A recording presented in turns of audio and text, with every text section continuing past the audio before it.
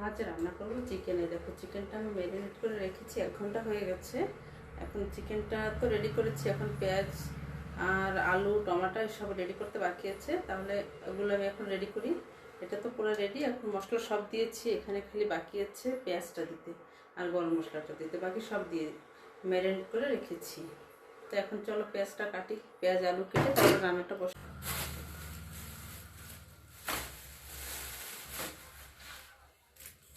এখন আমি কেটে নেব পেঁয়াজ। এই যে পেঁয়াজ আর আলু নিয়েছি, এগুলো এখন কাটবো।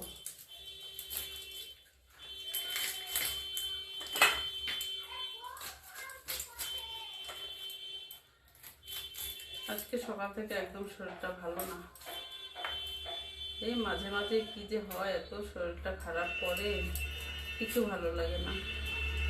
রান্না বান্না তো করতেই হবে, সংসারে কাজ করতেই হবে, যত কষ্ট হলে কি।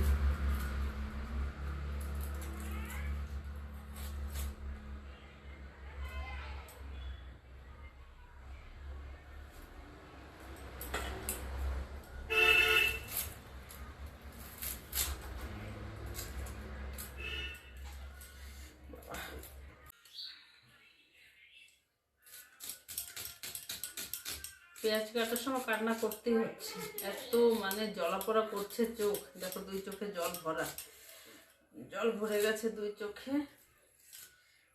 পেঁয়াজটা কাটা হয়ে গেছে, এখন এই আলু 3টা কেটে নেব। এত কোনো মানে নতুন আলু তো সিদ্ধ হয়ে যাবে, বড় বড় করে খোসা আমি ফেলি না, এরকম পাতলা পাতলা পাতলা খোসা, তো এরকম 2 পিস করে কেটে নিয়েছি 3টা আলু। আর এখন যে রান্নাটা বসে, কাটাকাটি সব হয়ে গেছে। আমার তো চোখের থেকে আর জল বেরোচ্ছে ভীষণ, পেঁয়াজ কেটে। তেল গরম হয়ে গেছে, গোটা গরম মশলা আর তেজপাতা আর ফোড়নে জিরে দিয়ে দিলাম। এখন দিয়ে দেবো পেঁয়াজ।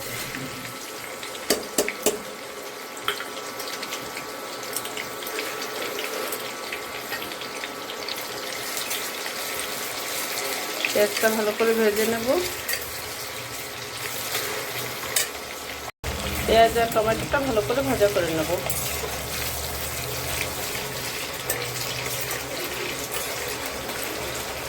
একটু লবণ দিয়ে দেব, লবণ তো মাংসতে মেশানো আছে, ভাজাতে একটু লবণ দিয়ে দিলে পেঁয়াজটা এই টমেটোটা ফটাফট গলে যাবে, ভাজা হয়ে যাবে।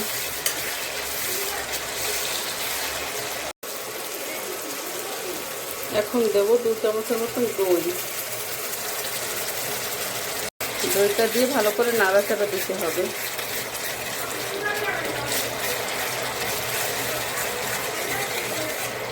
এখন দিয়ে দেবো ম্যারিনেট করা মাংসটা।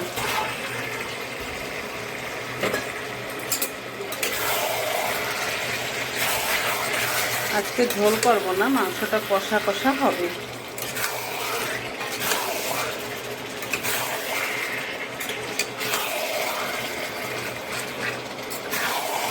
এখন দিয়ে দেবো সে কেটে রাখা আলু।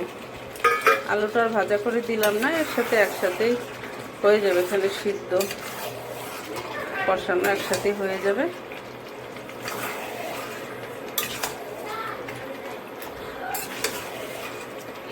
এখন ঢাকা দিয়ে রেখে দেবো। এখন ঢাকা দেওয়া থাক কিছু সময়। দেখি মাংসটা একটু নাড়াচাড়া দিয়ে দেই। বাবা ভীষণ হাওয়া চলছে, দেখা যাচ্ছে না।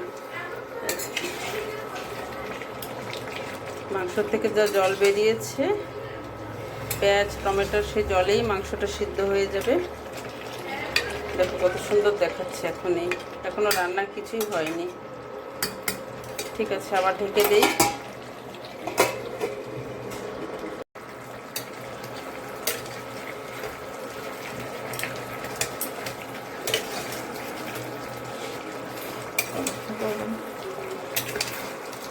মাংসটা ভালোভাবে সিদ্ধ হয়ে গেছে, এখন জলটা একটু শুকিয়ে গেলে হয়ে যাবে।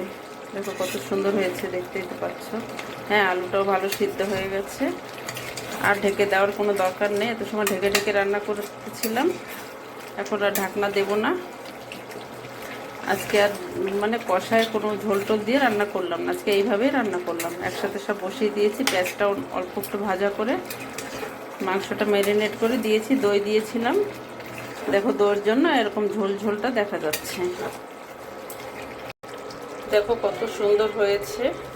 এখন এই যে এই চিকেন মশলা একটু দিয়ে দেবো। আজকে আর ঘরের চিকেন মশলা দেবো না, এই একটু দিয়ে দেবো। মানে ঘরে বানানোটা দিলাম না, প্যাকেট মশলাটাই দিলাম।